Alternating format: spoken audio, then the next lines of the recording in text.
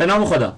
خب عزیزان، میرسیم درس 2 بسته آموزش برنامه‌نویسی پایتون برای هکرها. بخش اول درس 2. ما در بخش اول و درس اولمون، درس یکمون، توضیحات ابتدایی و معرفی پایتون رو داشتیم. از اینجا دیگه آروم آروم بحث کدنویسیش رو شروع میکنیم. ما در این درس بحث متغیرها و عملگرها رو خواهیم داشت در پایتون. ببینید اینها به چه شکل جلو میره. خب عرض کنم خدمتتون عناصر یک برنامه در پایتون یا یک برنامه کلا. ببینید زمانی که شما میخوای یک داستانی بنویسی، همیشه یه توصیه خیلی جالبی که یکی از اساتید ما به ما داشت و این حرف خیلی اثر خوبی روی حداقل شخص من گذاشت، فکر کنم بقیه هم همینطور بود. من این توصیه رو میخوام منتقل کنم به شما. ایشون میگفت که آقا همیشه شما برنامه‌ای رو که میخوای بنویسی یک داستان ببین. میخوای یه داستان بنویسی، یعنی قلم و کاغذ برداشتی میخوای داستان بنویسی. این داستان عناصر تشکیل دهندش اینه. اول از همه لغات یا کلمات. یه سری لغات یا کلمات رو شما نیاز داری تا بچینی در کنار هم. این قدم اولته، یعنی باید لغات و کلمات رو بلد باشی. لغات و کلمات در برنامه‌نویسی میشن متغیرها، وریبل‌ها یا کلمات رزرو شده. بخش بعدی داستان، نوشتن داستان یا مرحله بعدی برای نوشتن داستان اینه که شما ساختار و جمله‌بندی رو بلد باشی. یعنی باید بتونی لغات و کلمات رو کنار هم بچینی که معنی بدن. جوری اینا رو کنار هم بچینی که معنی مشخص و واضحی داشته باشه. این کار معادلش در برنامه‌نویسی میشه سینتکس های مجاز. یعنی شما چه جملاتی رو پشت سر هم به چه شکل بچینی که اینها برای کامپیوتر معنی داشته باشه یا برای اون پلتفرم برنامه‌نویسی معنی داشته باشه. پس این میشه جمله بندی. مرحله آخر نوشتن داستان ساختار داستانه، یعنی چیدن کل این جمله ها کنار هم، شرط و شروط گذاشتناش، نمیدونم فراز و فرودایی توی داستان، کل این چارچوبو، یعنی سینتکس های یا جمله های مختلف و وقتی کنار هم بچینی میشه کل داستان. بس تولید یک برنامه برای هدف خاص میشه همون ساختار داستان ما. این معیار رو اگر یادتون باشه هیچ وقت برنامه‌نویسی براتون سخت نمیشه. شما یه سری لغات و کلمات باید بلد باشی اگه بخواید داستان بنویسی. بعد این لغات و کلمات رو جوری کنار هم بچینی که معنی بده. سوم، شرط و شروط ها یا موارد قابل تغییر دیگر رو باید توی اینها بگنجونی یا توی این ساختار بیاری. دقیقاً جملات مختلف رو با فرایندهای مختلف، فراز و فرودهای مختلف، لحنهای مختلف، شرط و شروطهای مختلف کنار هم بذاری که این میشه ساختار یک برنامه یا برنامه نویسی. اوکی؟ حالا بریم سراغ قدم اول و این تصویر. وریبل ها، آبجکت ها و ریفرنس ها. ببینید دوستان، در پایتون ما در درس قبلی عرض کردم خدمتتون یک چیزی داریم به نام وریبل. اینجا میشه A یا B یا همون متغیر که همه دوستان به واسطه اینکه احتمالاً برنامه‌نویسی کردن یا آشنا هستن باهاش آشنا. بس این میشه یه عنصری به نام وریبل. یه عنصری داریم به نام آبجکت یا همون اطلاعات داخل وریبل. اطلاعاتی که داخل وریبل ذخیره میشه. خب یک عنصری هم داریم که این وریبل رو به این آبجکت وصل میکنه. ریفرنس وریبل به آبجکت میشه که میشه این مساوی مثلا. پس یه وریبل داریم، یه ریفرنس داریم، یه آبجکت. مثلا من اینجا یه وریبل یا متغیر نیم نوشتم، مساوی ریفرنسش کردم یا ریفرنس شده به آبجکتی به نام کایت، یعنی محتویات یا اطلاعات داخل این وریبل یک رشته است به نام کایت. وقتی نیم رو میزنم کایت رو نشون میده. اوکی؟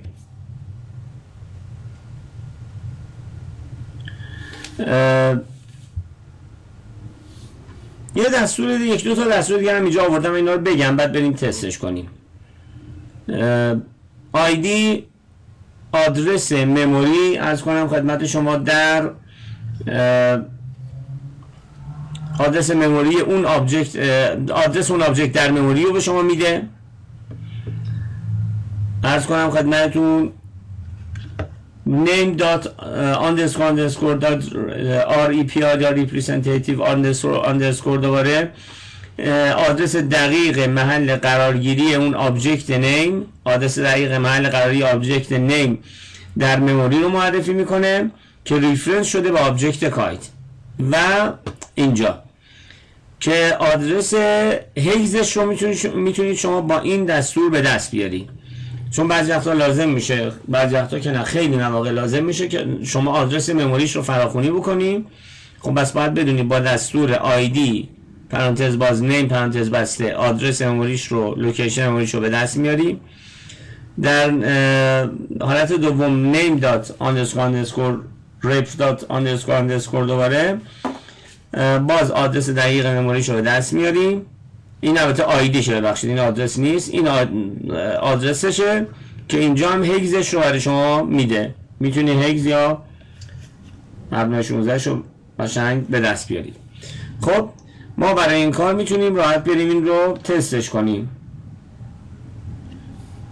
خب من فعلا اینو بیام کنار. من کالیم رو ران کردم، روش SSH ران کردم دیگه، از SSH وصل شدم مثل درس قبلی و برای اینکه فونت ها هم خانه باشه این رو فونت ها رو درستش کردم. اوکی، پایتون واردش میشم.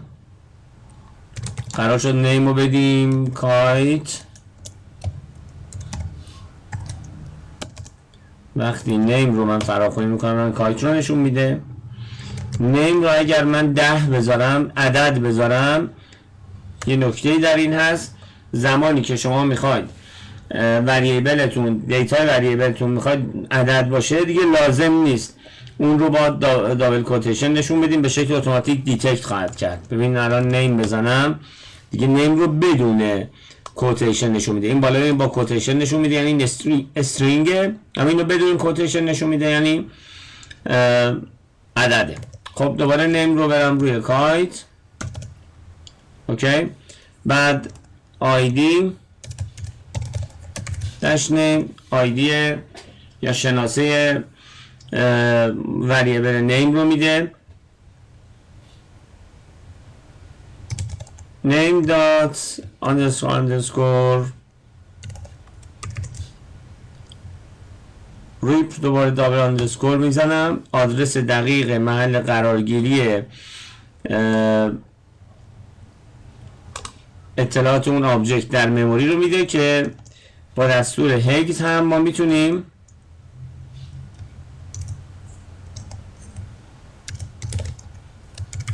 اون رو به دست بیاریم. خب اوکی،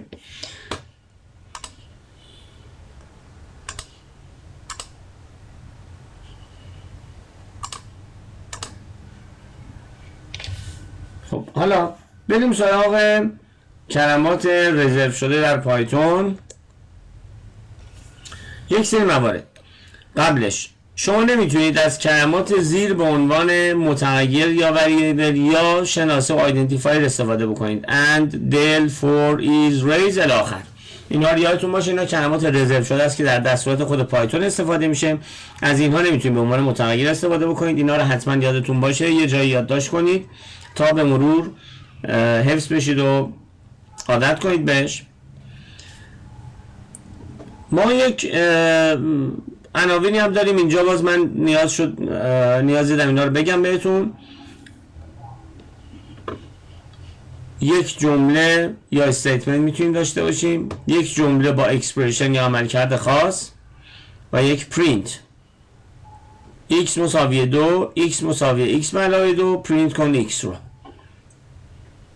x مساوی 2، x مساوی x یعنی همون 2 به علاوه 2، پرینت x میشه 4. پس اینا با رنگ های مختلف اینجا نشون داده شد. من این از اینترنت برداشتم. وریبل ها رو با x نشون داده، اینا میشه متغیرهای ما. آپریتورها یا عملگرها مساوی و به علاوه، کانستنت یا همون آبجکتمون، و ریزرود ورد یا جملات یا کلمات رزرو شده مثل پرینت که توی اسلاید قبلی هم اینجا آخرین گزینه نشون داده شده. خب حالا میریم سراغ بخش بسیار مهمی از بحث پایتون که مربوط هست به دیتا تایپ ها. خب ببینید ما انواع بسیار زیادی از دیتا تایپ داریم در پایتون، مثل زمانهای برنامه‌نویسی دیگر، مثل استرینگ ها، عددها، لیست، دیکشنری، توپلز، بولین و موارد خیلی زیاد. ما بخشای مهمش رو فعلا میگیم. یه سری مباحث رو ادامه داد وقتی به بحث‌های و درس‌های بعدی رسیدیم داخل مباحث باز میکنیم، چون من انقدر میخوام مقدمه بگم که این مقدمه کفایت بکنه برای شناسایی اولیه. یعنی قرار باشه ما کل اینا رو بشینیم بگیم که 3 ماه 2 ماه تدریس لازمه، یه حجم خیلی سنگینی. صرفا موارد مهمش رو بگیم کافی خواهد بود. ما روش‌های مختلف برای اول بریم سراغ استرینگ. بس اول بریم سراغ استرینگ ها. خب ببینید دوستان، ما روش‌های مختلفی داریم برای تعریف استرینگ، مثل دابل کوتیشن، مثل کوتیشن خالی، دابل کوتیشن، جمع زدنش یعنی اضافه کردن یه حرف دیگه مثل کایت، دابل کوتیشن ما بک اسلش میتونیم داخلش استفاده بکنیم، راو میتونیم راو ورژنش رو میتونیم مشخص بکنیم. بالاخره اینا رو بریم دونه دونه تست کنم براتون. اوکی، اول از همه نیم فاصله دابل کوتیشن کایت دابل کوتیشن، نیم رو من تایپ میکنم اینطور من نشون میدم. البته اگر پرینت بزنم دیگه پرینت معذرت میخوام، نیم دیگه کوتیشنش رو نشون نخواهد داد. خب این حالت دیگه نیم مساویه تگ کوتیشن میذارم که من تعداد عرض کنم خدمتتون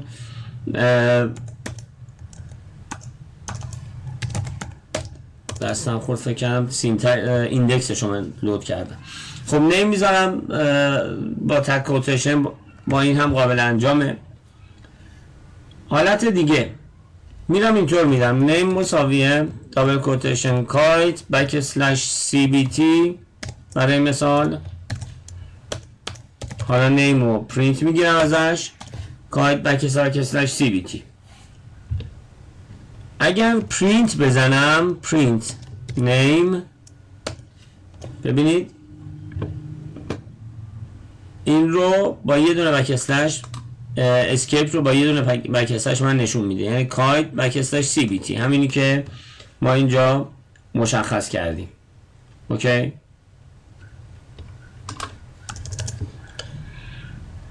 حالت دیگه راو ورژنش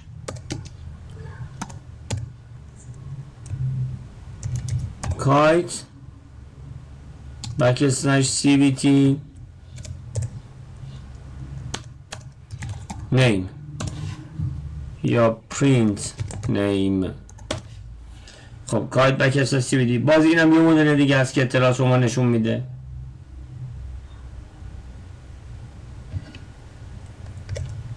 یه راه دیگه استرینگ اینه که ما بخوایم یک چند خط مختلف رو ایجاد بکنیم، اول در مورد عرض کنم خدمتتون نه بذارید من اینو توضیح بدم. بذارید من همینو بگم خدمتتون. نیم مساویه من میخوام چند خط رو داخل یه وریبل بذارم، دابل کوتیشن دابل کوتیشن دابل کوتیشن، 3 تا دابل کوتیشن میذاری اینتر. حالا مطلبتون می‌نویسی کایت computer based training CBT اینتر. خط بعدی رو می‌نویسم Python programming for hackers 1 مینه اینتر. حالا میخوام ببندم دوباره 3 تا دابل کوتیشن دیگه. حالا میگم پرینت بکن نیم رو برای من، 2 خط نوشته شده رو برای من نشون میده. پس اگر چندین خط رو بخواید یا چندین لاین رو بخواید نمایش بدید با استرینگ به این شکل کار رو انجام خواهید داد.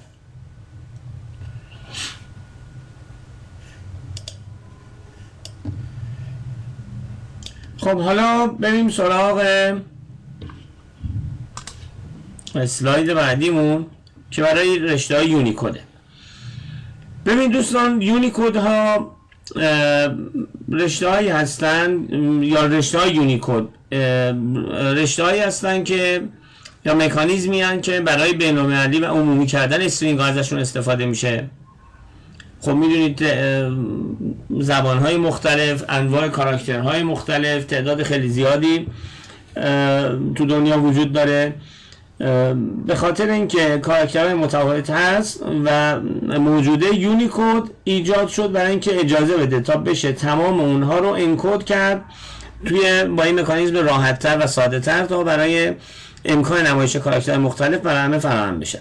خب برای تبدیل رشته یونیکود به رشته عادی -str و داخل پرانتز str پرانتز باز نام مربوطه یا رشته مربوطه پرانتز بسته، برای عرض کنم خدمتتون تبدیل رشته عادی به یونیکود پرانتز باز و نیم یا همون وریبل پرانتز بسته. اینو بریم اینجا من دوباره براتون تست بگیرم. خب نیم رو من یه یو میذارم، اگه بخوام یونیکودش کنم اینطوری یه یو کوچیک میذارم، بعد میگم کایت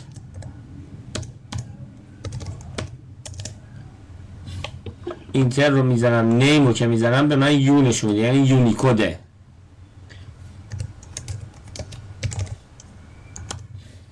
توی پرینت مشخص نیست ولی تو خود فراخونی کردن این وریبل این یو نشون داده میشه، به معنی که این رشته یونیکود هست. حالا برای تبدیل کردن یونیکود استرینگ به حالت عادی، به استرینگ عادی، ما الان نیم رو بزنیم کایتمون یونیکوده دیگه. خب چیکار میکنم؟ میگم str نیم. الان ببینید دیگه یو به من نشون داده نشد، یعنی این الان دیگه یونیکود نیست، از حالت یونیکود در اومد به استرینگ عادی، به استرینگ عادی. خب برای کانورت کردن یه رشته عادی به یونیکود شما باید از دستور یونیکود استفاده بکنیم که من اینجا فکر کنم گفتم. آره خب یونیکود پرانتز رو باز میکنم، دابل کوتیشن کایت، دابل کوتیشن پرانتز بسته. دوباره ببینید ما اینجا یونیکود بود با دستور str و اون وریبلمون یعنی نیممون اینو تبدیل کردیم به رشته عادی. الان با دستور یونیکود دوباره برش گردونیم به حالت یا رشته یونیکود. خب اینم از این نکته. اما عملکرد استرینگ ها یک نکته بسیار بسیار بسیار مهم. استرینگ ها در پایتون تغییر ناپذیرن. یعنی چی؟ یعنی اگر شما یک استرینگی رو تولید کردی نخواهی تونست اون رو تغییر بدی، مگر اینکه یک متغیر جدید ایجاد بکنی یا رشته جدید بیاری. یک رشته ای رو، یک استرینگی رو شما تولید کردی دیگه نمیتونی تغییرش بدی، اینو یادتون باشه. خب دونه دونه بریم ببینیم چیه داستان. حالا چسبوندن به علاوه استفاده میشه، تکرار کاراکتر بافر هست، اسلایسینگ رو دونه دونه الان میگم خدمتتون. اول شروع کنم آیتم های مختلف رو بگم. خب نیم مساویه دوباره کایت، کار با استرینگ ها رو میخوایم بگیم. میگه نیم این زیرو. این زیرو چیه؟ ببندمش. اول من توضیح بدم خدمتتون بعد اجراش کنم. هر متغیری که شما ایجاد میکنی و هر رشته که داخلش هست، این رشته از دید زبان برنامه نویسی ایندکس گذاری میشه، یعنی شماره گذاری میشه محتویاتش. ایندکس 0، ایندکس 1، ایندکس 2 و ایندکس 3 که میشه تی. پس پایتون هم از این قاعده مستثنا نیست. یعنی وقتی شما یک داده ای رو به داخل یه متغیری وارد میکنی، اونها رو ایندکس میذاره. یا آقا اولین کاراکتر که از شماره گذاری یا ایندکس گذاریش از 0 شروع میشه، یادتون باشه. میگه اولین کاراکتر K هست دومین کاراکتر که میشه شماره 1، A هست سومین کاراکتر که میشه شماره 2 ایندکسش میشه 2، I هست و سومیش تیه. اوکی ببین نیم صفر به من میگه کی رو به من برمیگردونه، یعنی ایندکس زیرو ایندکس یا ایندکس اولم رو به من برمیگردونه.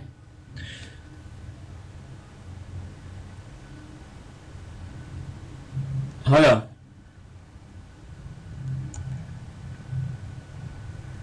من اگر بگم نیم ایندکس 0b به من ارور میده، میگه همچین چیزی ما نداریم. البته من اینو دابل تگ کوتیشن هم بذارم باز همین خواهد بود، باز ارور میده. میگه این میدونید چی میخوام نشون بدم؟ من با این دستور خواستم نشون بدم که گفتیم استرینگ ها تغییر ناپذیرن، یعنی اگر من ایندکس اولم رو متغیرم داده شد کایت، ایندکس اولم شد کی، من اینجا نمیتونم این رو بیام تبدیل بکنم به بی، یعنی مثلا بایت بکنم، همچین کاری نمیشه. چرا؟ به خاطر همون قانون و معیاری که عرض کردم این استرینگ ها در پایتون تغییر ناپذیرن. وقتی ایجاد کردی تموم، یعنی اگر یه بایت مثلا میخوای باید بری یه متغیر دیگه فرض بفرمایید به نام نیم 1 ایجاد بکنی بعد اون رو ست بکنی. وقتی تغییر ست کردی دیگه قابل تغییر نیست.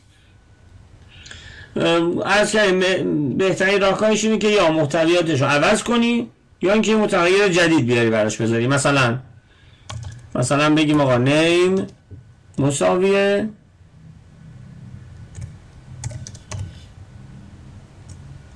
فرض کنید همون بی رو بذاریم بایت، حالا نیم بزنیم یا الان ایندکس رو بزنیم به ما میده بی. چون داده رو من تغییر دادم کامل،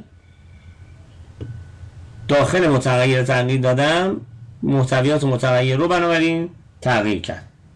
خب حالا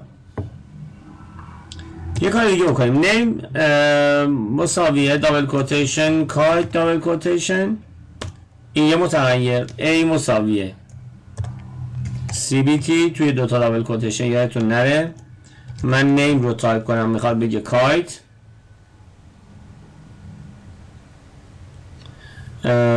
A رو تایپ بکنم میخواد بگه CBT. خب حالا من میام میگم نیم مساوی A هست. ببین نیم کایت A CBT، نیم مساوی A به نظرتون چی خواهد داد؟ ببینیم نیم میگه CBT. چرا؟ چون گفتیم آقا یک متغیر داریم به نام نیم که محتویاتش کایته، یه متغیر داریم به نام A که محتویاتش CBTه. خب بعد گفتیم نیم مساوی A، نیم رو اول آوردیم اصطلاحاً نستد شد، یعنی به ارث برد از A. نیم رو گفتیم مساوی A. حالا وقتی نیم رو تایپ میکنیم چون این ریفرنس شده یا ارجاع داده شده به داده های داخل متغیر A، پس زمانی که نیم رو میزنید داده توی A رو ما نشون میده، یعنی CBT رو. این رو یادتون باشه، حتما اینها رو تمرین کنید، حتما تمرین کنید.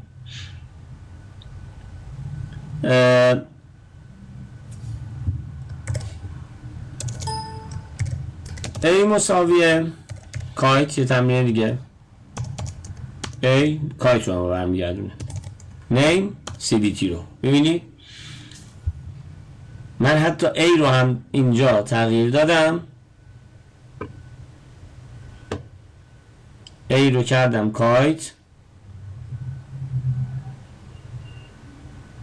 نیم A رو کردم اینجا، بریم بالاتر بیایم، نیم کایت بود A CBT بود. خب نیم رو مساوی A کردیم، نیم CBT رو نشون میده. A رو مساوی کایت کردیم، نیم زدیم باز داره CBT رو نشون میده، ما باز داره CBT رو نشون میده. دقیقا همون داستان غیر قابل تغییر بودنش، یعنی اینجا همون اتفاق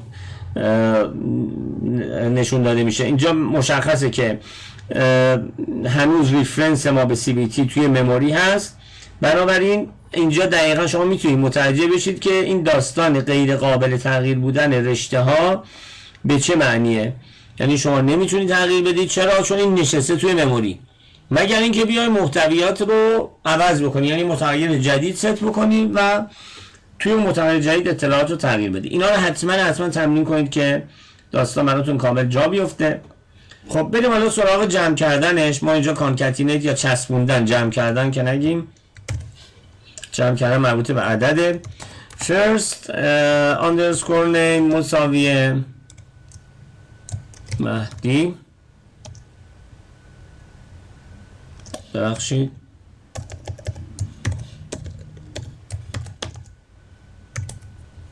last name سقایی، full name مساویه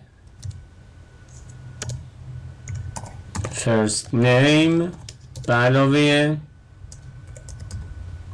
last name. خب من یه متغیر ایجاد کردم به نام first name، اسم خودم رو نوشتم، یه متغیر به نام last name فامیل خودم رو، یه متغیر به نام full name که دادش ملحقات یا اطلاعات first name و last name خواهد بود. حالا الان من بگم full name، میخواد بگه مهدی سقایی. اوکی، حالا من فاصله هم ست بکنم، فول نیممون رو اینجا بخوایم فاصله بدیم کوتیشن last name.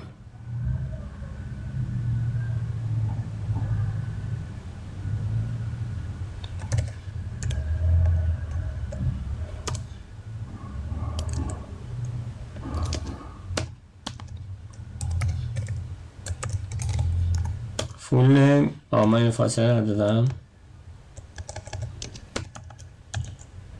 الان درست شد. first name فاصله به علاوه اینجا کوتیشن، فاصله کوتیشن به علاوه last name. با این کار این وسط فاصله هم تونستیم ایجاد بکنیم. اوکی،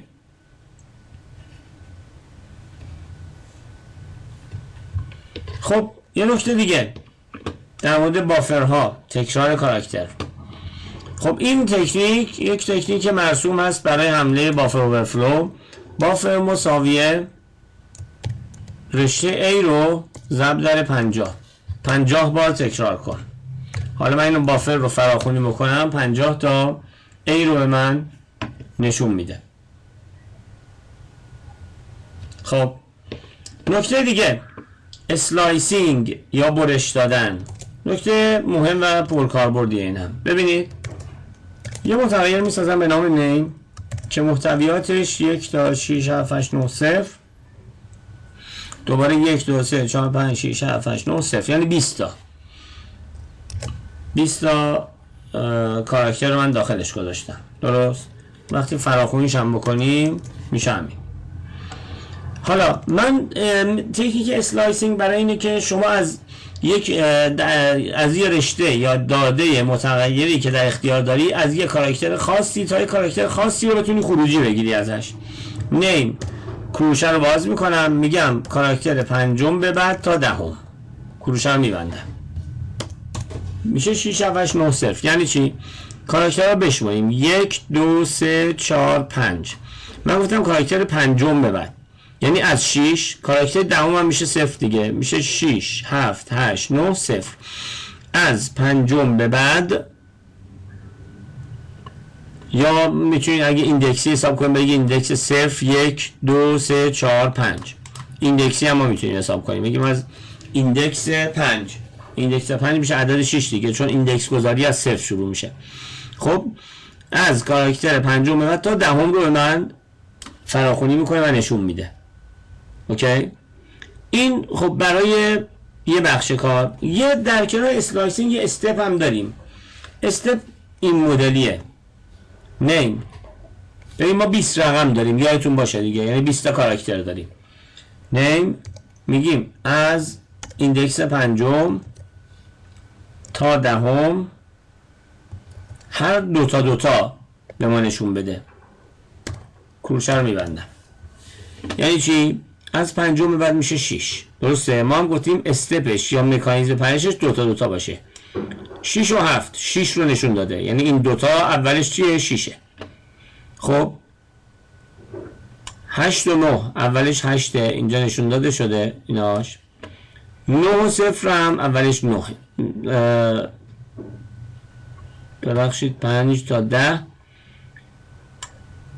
اینجا میشه 6 و 7 8 و 9 0. ببخشید این شد تا 10 بود دیگه، من فکر کردم جلوتره. چون ما گفتیم تا 10 بس دو تا برای من حساب میکنه، یعنی میگه 6 و 7 اولش رو برای من نوشته 6، بعد 8 و 9 کاراکتر اولش رو نوشته 8، بعد 0 دیگه قرار از 10 جلوتر نره. اگه مثلا من گفتم 11 فرق میکرد. نگاه کنید من الان بگم اینو تا 11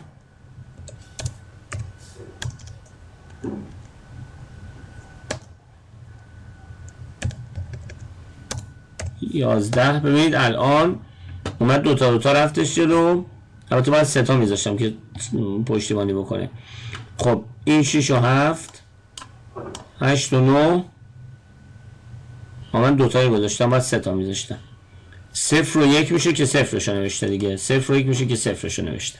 اگه 3 تایی میذاشیم 3 تا میرفت جلو. حالا این قابل درکه، چیز سختی نیست. پس یه بار دیگه برای دوستانی که تازه کار هستن در برنامه‌نویسی توضیح بدم. ما یک رشته یه وریبل ایجاد کردیم، 20 کاراکتر داخلش قرار دادیم. تو اولین دستور گفتیم از کاراکتر 5 به بعد، یعنی از ایندکس 5 تا 10 رو برای ما بخون و فراخونی کن. خب 5 به بعد میشه این، میشه 6 7 8 9 0. این میشه دهم دیگه، 1 تا 0 میشه 10، یعنی 5 تا 10 رو فراخونی کرد. بعد گفتیم 5 تا 10 رو فراخونی کن، اما هر دو تا اینها رو استپ بندی کن، جدا بکن. خب دو تا اول میشه 6 و 7 دو تا اول که 6ش رو ما نشون میده، 8 و 9 8ش رو نشون میده. 0 دیگه 1 رو شامل نمیشه، این 1 رو، چون ما قرار شده 10 تا کاراکتر رو بخونیم. 0 رو نشون میده. من گفتم 5 تا 11 رو، این 0 هم اومد دیگه، یعنی میشه 5 میشه 6 7 8 9 0 1. این میشه تا رقم 11 هم. باز دو تا جدا کردم، باز همونو داد. چرا 6 و 7 6ش، 8 و 9 8ش، 0 و 1 یعنی این 0 و 1 0 رو ما نشون داد و تونستیم این رو متوجه بشیم. اوکی.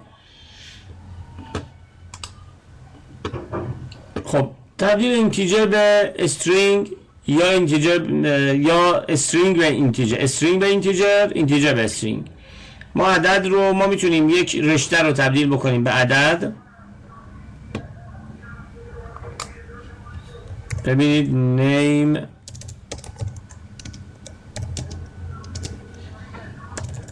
تبدیل استرینگ به اینتیجر، یک رشته بذارم مثلا 42. حالا بخوام برش گردونم، با اینت برش میگردونم، اینت میام به 42 بود.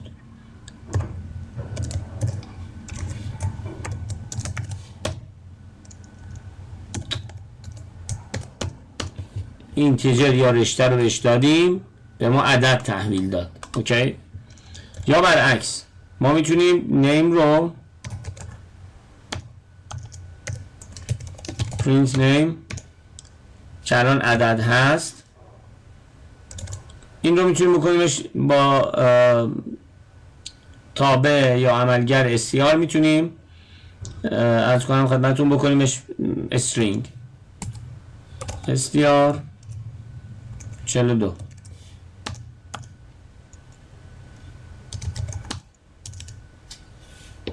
ببینید تو دستور قبلی خروجی که به من داد کوتیشن نداشت، یعنی این عدده، اما خروجی که الان داد من کوتیشن گذاشت، یعنی این تبدیل شد به رشته.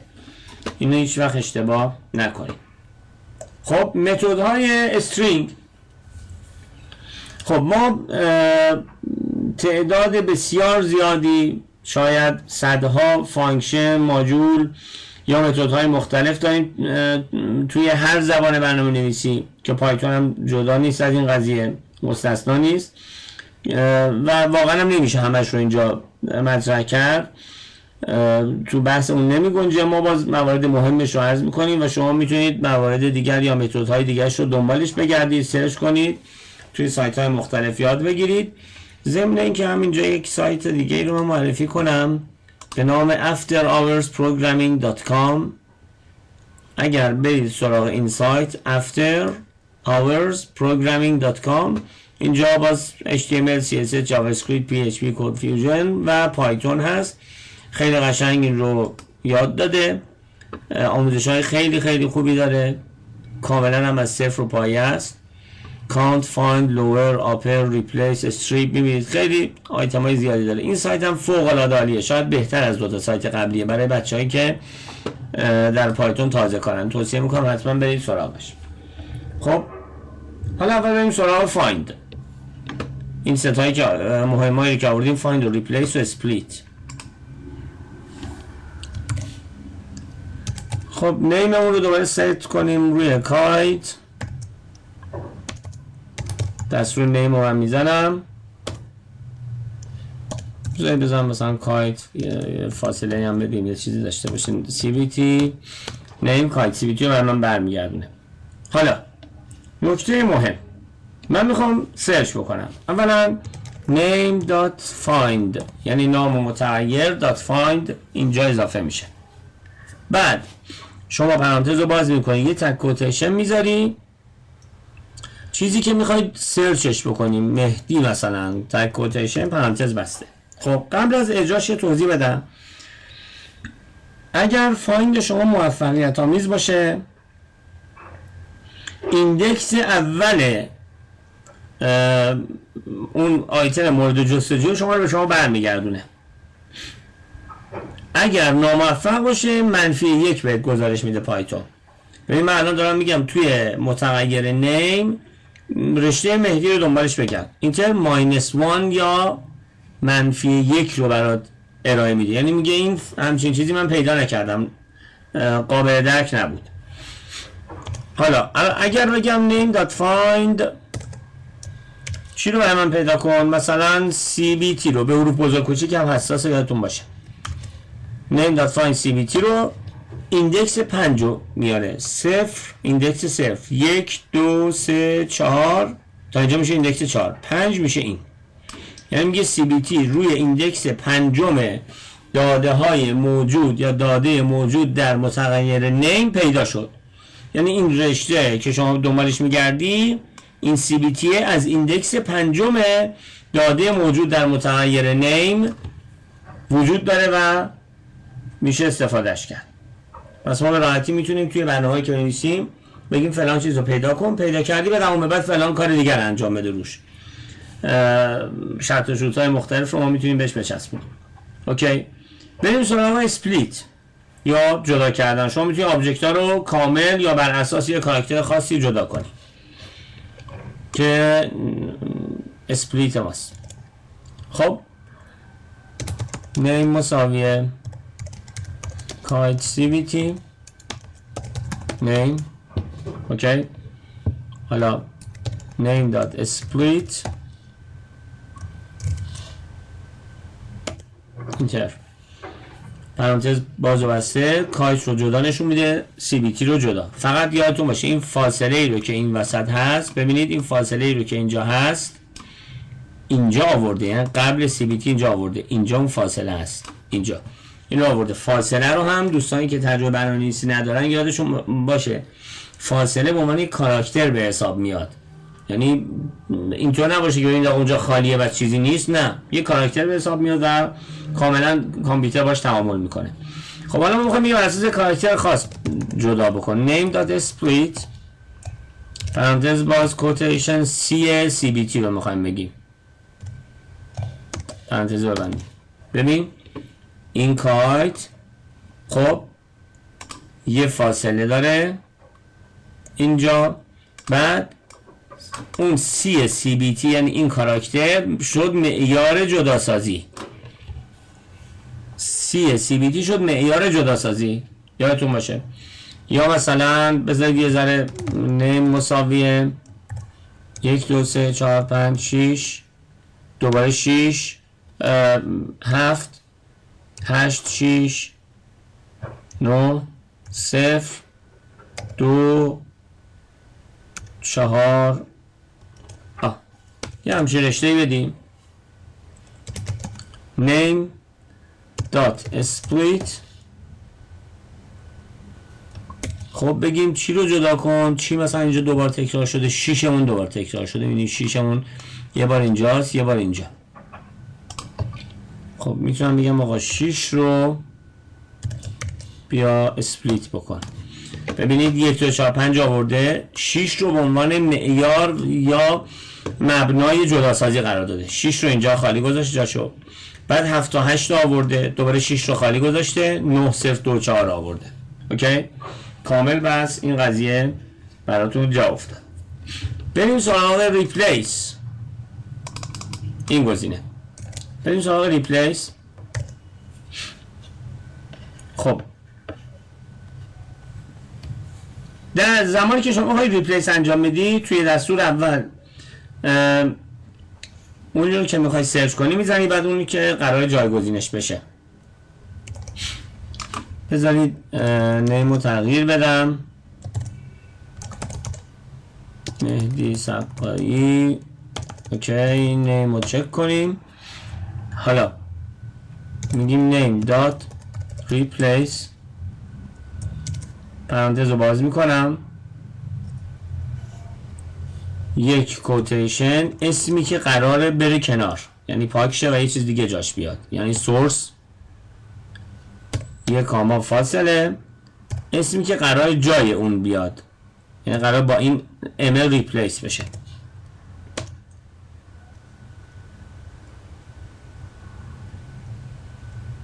name.replace. خب مهدی داریم، بزنم چشه.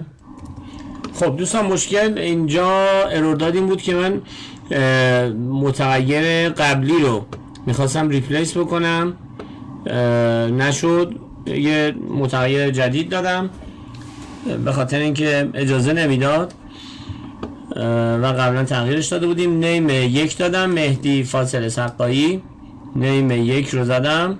حالا همین رو ببینیم دیگه، یه بار دیگه نیم 2 بدم مساویه مهدی سقایی، نیم 2 رو برای ما پرینت بکن، نیم 2 دات ریپلیس. خب مهدی رو ریپلیس بکن با ام، شد ام سقایی. حتی من این رو دوباره نیم رو گرفتم، حالا اوکی شد، قاطی کرد ظاهرا سیستم. حالا مهم نیست، به هر حال الان وضعیت رو دیدیم. نیم 2 رو ریپلیس بکن، مهدی رو با ام، شد ام سقایی. اوکی پس این هم از این نکته‌ای که مربوط به ریپلیس میشد. خب حالا بریم سراغ اسلاید بعدیمون که مربوط به فرمتینگه. خب ببینید دوستان، ما یک بحثی داریم در پایتون به نام فرمتینگ. خیلی وقتا ممکنه پیش بیاد که شما بخواید یک سری رشته ها رو یا حالا چیزهای مختلفی رو بسته به علاقه و نیاز خودتون اون رو پرینتش بکنید. خب این قالب بندی ها یا فرمتینگ ها این اجازه رو میده که شما بتونید این کار رو انجام بدید. حالا من چند نمونهشو نوشتم. یک رشته ای نوشتیم 1% و این درصد پشتبندش اشاره میکنه به یه متغیری. اجازه بدین اجراش بکنم کامل متوجه میشید. خب ببینید یه متغیر میسازم به نام آی پی که توش میگم 20.0.0 مثلا 1. اوکی یه متغیر میسازم به نام لاین، داخلش میگم آقا هک this IP. خب یه رشته میذارم داخلش دیگه، یه فاصله میدم درصد اس کوچیک. خب بعد دابل کوتیشن میبندم. این درصد اس کوچیک یعنی چی؟ یعنی این متغیر لاین این رشته رو داخل خودش داره. وقتی که یه فاصله میدی بعد درصد اس کوچیک رو میزنی، درصد اس رو میزنی، یعنی بعد از این آی پی، یعنی بعد این فاصله این باید بره یک متغیر دیگر رو فراخوانی کنه که اون متغیر دیگر با درصد و اسم متغیر قابل تعریفه. البته فاصله میخواد. خب درصد اسم متغیر قابل تعریفه.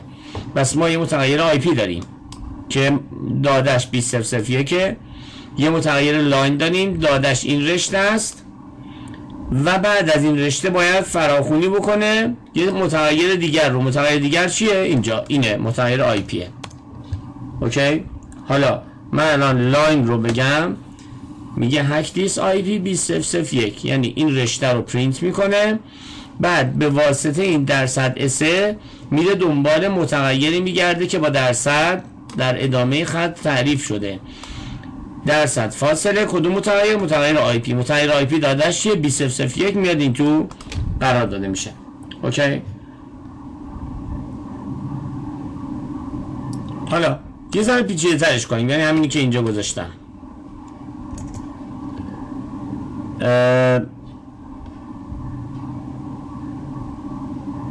لاین رو تغییر میدم، میگم هک دیس آی پی فاصله درصد اسمو میزنم and name این رو هم اضافه کن یه درصد اس دوم، یعنی یه متغیر از کنم خدمت شما دوم رو بیار، متغیر یا رشته دوم. حالا میتونه متغیر باشه میتونه رشته باشه. خب دوباره درصد اس رو میزنم، دابل کوتیشن هم میبندم، فاصله میریم سراغ خوندن متغیرات. درصد آی پی میگم این رو بنویس، پرینت بکن، درصد اس and name فلان. خب این بین دابل کوتیشن ها رو برای ما پرینت میکنه اونایی رو که رشته است، یعنی هک دیس آی پی and name. به جای درصد اس اول میره سراغ متغیر اول که آی پیه، پس به جای این درصد اس این آی پی رو میخونه میذاره. به جای درصد اس دوم ما میتونیم یه متغیر تعریف کرده باشیم، مثلا آی پی 2 نمیدونم نیم 2، یا نه ما میتونیم این کارو بکنیم، بگیم آقا درصد به جای درصد آی پی درصد فاصله پرانتز باز کنیم بگیم متغیر آی پی و رشته کایت رو حالا لاین رو بزنم، میگه هک دیس آی پی 200.0.1 and name kite. اوکی. پس با از کنم خدمتون قالب بندی یا فرمت بندی استرینگ هم آشنا شدید. ببینید دوستان زیاد از این مباحث، از این بحثا خیلی زیاده، ما نمیشه همه رو بگیم. حتما خودتون برید تو اینترنت فرمتینگ استرینگ فرمتینگ این پایتون رو سرچ کنید، کامل براتون آپشن ها رو میاره. اگرچه ما توی همین بسته آموزش آروم آروم از اینا استفاده خواهیم کرد، یعنی انقدر تکرار میشه یاد میگیرید، ولی به هر حال مطالعه بیشتر بخواد باید برید سراغش. خب بریم سراغ بعدی، اعداد. مثل زمانهای برنامه‌نویسی دیگر پایتون هم انواع مختلفی از اعداد مثل اینتیجر، فلوت یا اعشاری و متدهای مختلف رو داره که شما میتونید اون تایپ یا نوع مورد نظرش رو بر اساس کلاس مورد نیازتون استفاده بکنید. خب عملگرهای بسیار مختلفی هست اینجا، اینها رو میتونید ببینید. یه لینک فوق العاده عالی هست، فوق العاده عالی، بخونید، دقیقاً یاد میده بهتون با مثال که هر کدوم از این عملگرها چیه، توان چطوره، از کارخانه‌تون ضرب و تقسیم و آپریتورهای بیت وایز و همه اینا رو دقیق توضیح و مثال هم براتون آورده. خیلی خیلی عالیه دیگه. من نمیشه دونه دونه این سایت ها رو اینجا وارد شم. توصیه میره به این درس رسیدید، به این بحث رسیدید الان، قبل از تمرین وایسید اینو بخونید، سایت رو این لینک رو بخونید، محتویاتش رو، بسیار بسیار مفیده. ولی خب دیگه کار با اعداد چیز ساده ایه. 2 به علاوه 2 میشه 4. نیم مساوی 2. نیم 1 مساوی 2. نیم به علاوه نیم 1 الی آخر دیگه. حالا بحثش بسیار بسیار راحته، من دیگه نیاز نیست وقت بذارم روش، ولی توصیه کردم خدمتتون حتما اینو بخونید. اوکی. بریم سراغ لیست ها. خب ما میریم سراغ توضیح در مورد یک نوع دیتا تایپ دیگر که لیست هست. یادتون باشه ما اینجا بالا داشتیم دیگه اینا، ببینید string, numbers, list, dictionary, tuples, boolean فلان. خب لیست ها یک مجموعی از آبجکت ها هستن که توی پایتون میتونن هتروجنیوس باشن، یعنی ناهمجنس باشن، میتونن نستد باشن یعنی به ارث برسن و انواع مختلف دیگه. پس لیست در پایتون یادتون باشه مجموعی از آبجکت هاست که میتونن لزوما میتونن ناهمگن باشن. خب بریم اینا رو دونه دونه تست بکنیم، کامل قضیه رو درک بکنیم. یه متغیر میسازم مای لیست، این هم این چیزی که اینجا ساختم. خب کروشه رو باز میکنم، 1 2 3 4، حالا 1 2 3 کافیه. 2 3. خب مای لیست رو فراخونی کنم، 1 و 2 و 3 به من نشون میده. خب عملگرهای لیست خیلی زیاده، چسبوندن هست، اضافه کردن، گسترش دادن، معکوس کردن، بیرون انداختن، اینسرت یا وارد کردن، حذف و فلان. اینا دونه دونه ببینیم چیه. اول از همه لنز یا بررسی طولش رو میگم. مای لیست میگه 3 تاست، یعنی این لیست من 3 تا دیتا داخلش هست. خب این مای لیست اسم آیاتون باشه، این اسم این اصلا مهم نیست، مهم این داخل کروشه گذاشتنه. این یک لیستی تشکیل دادیم با دیتای 1 2 3 که وقتی فراخونیش میکنیم دیتای داخلش رو نشون میده، وقتی طولش رو میگیریم به ما تعداد دیتا رو به ما نمایش میده. میتونم این کارم بکنم، مای لیست ایندکس صفرش رو نشون بده، یعنی 1 رو ایندکس گذاری گفتیم میکنیم، ایندکس 0 ایندکس 1 ایندکس 2. یا مای لیست مثلا بگی ایندکس 2 عدد 3 رو ما نشون میده. اوکی. یک بحثی ما در لیست ها داریم به نام نستینگ یا به ارث رسیدن. این کارو میکنم، تغییر میدم، مای لیست مساویه کوتیشن رو باز کنم، 1 2 داخل این یه لیست دیگه 3 و 4 رو شامل میشه، میبندم لیستو. خب من الان بگم مای لیست من شامل 3 تا دیتا هست، این یه دیتا، این 2 تا و این 2 تا هم دیگه دیتای دیگه است، میشه 3 لیست. نگاه کن از کجا معلوم؟ len dot مای لیست len معذرت میخوام مای لیست میگه 3 تا دیتا داره، 1 2 و 3 تا.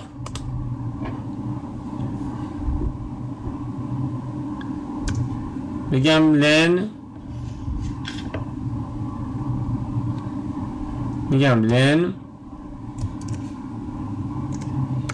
مای لیست ارور میده. چرا؟ به خاطر اینکه 1 یه اینتیجر واقعی نیست. این یکی که ما گفتیم یه اینتیجر واقعی نیست، صرفا یه لیسته، صرفا یه داده داخل لیسته، برای من این 1 رو نمیتونه بخونه از تو مای لیست. اما اگر 2 رو من بزنم جواب میده، به خاطر اینکه نستد هست. ببین این دیتا که نیست، یک عنصری داخل لیسته، این هم همینطور، این ایندکس 0 همه، این ایندکس 1 همه، این ایندکس 2 منه. اما اگر من الان بگم len مای لیست ایندکس 2، میاد لیست 2 رو به من نشون میده، یعنی لیست 2 که نه، دومین ایندکس که میشه سومین بخش از داده موجود در مای لیست رو به من نشون میده. چون لیست هست ارور نمیگیره. len مای لیست 2 نگاه کنید، میاد نشون میده 2 تا این تو داده هست، در ایندکس 0 در ایندکس 1 در ایندکس 2. میگه یک لیستی هست که شامل 2 تا آبجکت عنصر هستش و میشه اون رو متوجه شد، تعداد شد. دیتاشو نمیگه، ببین ما وریبل نساختیم که، ببین ما یه دونه متغیر ساختیم. چرا؟ که یه لیست داره، اما این چون با کروشه این بر اون ورش بسته شده پس اینا دیتا نیست، صرفا یک لیسته. خب یادتون باشه حالا جلوتر اینا رو کار میکنیم قشنگ یاد میگیریم. بریم سراغ لیست های هتروژنیوس یعنی ناهمگن یا ناهمجنس. خب my list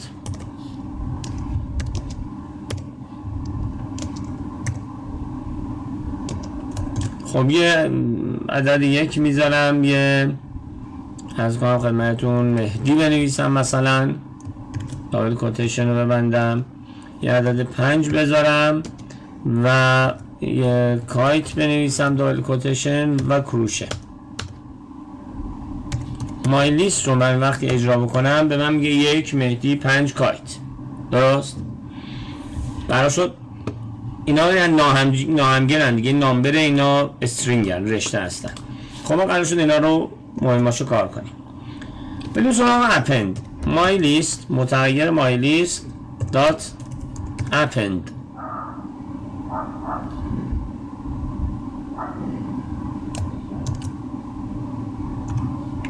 چهار رو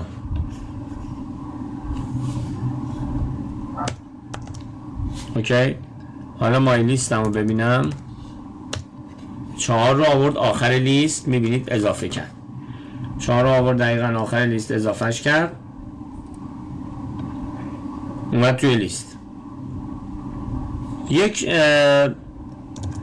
عملگر دیگه داره به نام ریورس که معکوس میکنه. خب اینم خیلی ممکنه به درد بخوره. my list dot reverse.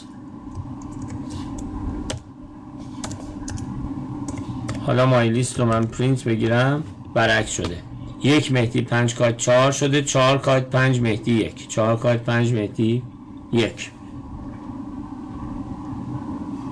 خب یه عملگر دیگه داره به نام پاپ، برای پاپ آوت یا برای بیرون انداختن my list dot pop. 1 رو بیرون انداخت. 1 چی بود؟ اینجا معکوس شده آخریش. پس my list dot pop آخرین داده موجود در لیستمون رو بیرون میندازه. الان من مای لیست رو بگیرم، دیگه 1 وجود نداره.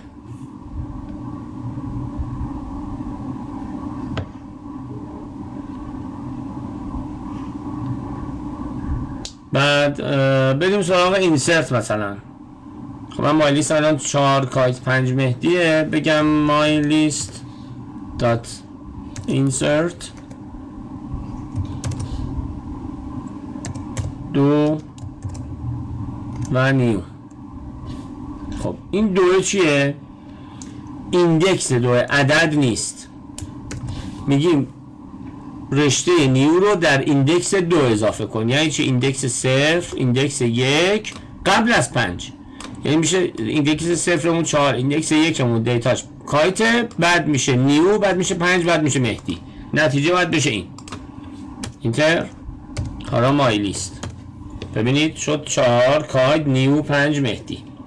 پس ما با این دستور عملگر اینسرت تونستیم یک رشته رو اضافه بکنیم در ایندکس دوممون.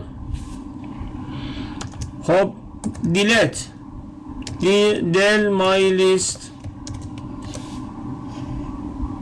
ایندکس 2 رو دیلت کن.